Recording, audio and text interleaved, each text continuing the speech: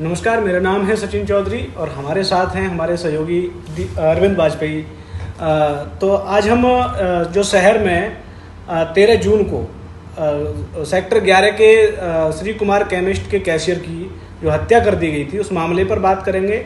और जो शहर में पुलिस की ओर से जो नाके लगाए गए हैं, खास करके जो प्रमुख मार्केट हैं शहर की, सेक्टर 11 है, 19 है, और इनको लेकर के हम सबसे भी बात करते हैं। सर, ये जो नाके लगे हैं, ये परमानेंट नाके अभी लगे हुए हैं, तब से लगे हुए हैं जब से हत्या हुई है, तब से पुलिस बल भी भारी मात्रा में लगा हुआ है। तो सर, इनको लेकर के आप क्या समझते हैं और ये नाके कब तक लगेंगे, क्या है सर इस पर थोड़ा सा ये हमें ब्रीफ कर दीजिए। जो नाके लगे हुए हैं ये उसी समय से लगाया गया जब श्री कुमार केमिस्ट में हत्या हुई जानकी दास जी की। तो उसके बाद नाके लगाए गए और नाके जो लगाए गए हैं वो जो 11 सेक्टर है वहाँ तो काफ़ी चाक चौबंद व्यवस्था है। वहाँ पे सीआरपीएफ के जवान भी लगाए गए हैं और पुलिसकर्मी भी लगा दिए गए हैं। उसके अलावा जो केमिस्ट हैं जिन्होंने सुरक्षा की मांग की थी उनके शोरूम के बाहर पुलिसकर्मियों को बैठाल भी दिया गया है जी। जहाँ तक ये नाके कब तक लगेंगे तो अभी इसको कुछ नहीं कहा जा सकता। बेसिकली क्या है, जो एक सबसे इम्पोर्टेंट चीज़ है वो ये कि सुरक्षा व्यवस्था इतनी होनी चाहिए कि वहाँ से कोई बंदा भाग ही ना सके ऐसा कांड करने के बाद। राज्यपाल जी ही आए भी थे यहाँ पे और उसके बाद भी आज भी मैंने उनसे सवाल पूछा था यही कि एक बड़ी चैंपियनशिप होने वाली है और उसमें जिस प्रकार के हालात चंडीगढ़ में बने हुए हैं तो उसमें सुरक्षा की क्या व्यवस्था होगी।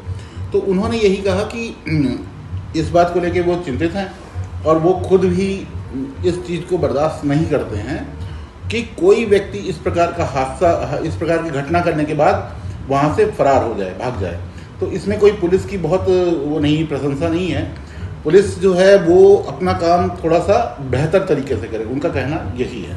बाद में किसी को पकड़ लाए कर दिया, लेकिन वो बंदा वहाँ से भाग कैसे गया। जब हम अच्छी सुरक्षा व्यवस्था, अच्छी पुलिसिंग की बात करें चंडीगढ़ पुलिस की खास तौर पे, क्योंकि चंडीगढ़ में कैमरे भी काफ़ी हैं, इनका सर्विलांस सिस्टम बहुत अच्छा है, लेकिन उस सर्विलांस सिस्टम के होते हुए घटना होने के 18 मिनट बाद वहाँ पे पुलिस पहुँचती है जी। तो ये बहुत चिंता का विषय है। बिल्कुल ठीक बात है सर। और इन्होंने जो नाके हैं इन्होंने पूरे शहर में लगा रखे हैं, लेकिन और उसमें चेकिंग भी होती है। लेकिन चेकिंग किस बात की होती है? रात को होती है चेकिंग। किस बात की? वो दारू पी के तो कोई नहीं जा रहा है, ये इन चीज़ों की। सर, लेकिन जैसे जिस तरह से जो मुख्य मार्केटों में जो नाके लगे हुए हैं, तो इससे आप क्या समझते हैं? क्या लग रहा है कि अभी भी भय का माहौल है लोगों में? जैसे कि केमिस्ट पर हत्या की गई तो कई केमिस्ट वालों ने तो पर्सनल पीएसओ रख रखे हैं। आप एक सिंपल सी बात को समझिए जी। एक बंदा आता है, कुछ वहाँ पे बातचीत करता है, उसके बाद वो पिस्टल निकालता है और सामने वाले को मार देता है। तो इतनी सी छोटी सी घटना नहीं समझिए इसको, ये बहुत बड़ी घटना है कि जो भी व्यक्ति आ रहा है उसको शक के दायरे में रखा जाता है ऐसे में। जी। अगर कोई केमिस्ट वहाँ पे जो बैठे हुए केमिस्ट की बात नहीं करता हूँ मैं, यहाँ पे बहुत सारे बिजनेसमैन हैं, बहुत सारे लोग हैं, तो उनको एक अनजान से तो डर लगने ही लगेगा जी। तो डर का माहौल अगर, हाँ, जो सबसे इम्पोर्टेंट चीज़ है वो यही है कि ये डर का माहौल तभी ख़त्म हो सकता है जबकि बदमाशों को काउंटर कर लो आप तुरंत। जी। सर, एक सवाल और है मेरा कि नाके की व्यवस्था ठीक है, शहर में नाकेबंदी है और भी मतलब शहर के चप्पे चप्पे पर पुलिस है, हर शहर में हर जगह नाके हैं, लेकिन सर मुख्य बात एक ये भी आती है कि जानकी दास की हत्या 13 जून को हुई थी और आज काफ़ी समय हो गया, लेकिन अभी तक जो मुख्य आरोपी है उसको पुलिस हमारी नहीं पकड़ के ला पाई है चंडीगढ़ पुलिस। अब ये कह रही है पुलिस जैसे कि वो वहाँ प्रोडक्शन वारंट पर वहाँ रिमांड पर ले रखा है या वो भी जेल से बाहर आया था, लेकिन अपने यहाँ की पुलिस उसको क्यों नहीं ला पा रही है? क्या लग रहा है? यही तो बात है, सबसे इम्पोर्टेंट चीज़ यही है जी कि देखिए यूपी में क्राइम कम हो गया। जी।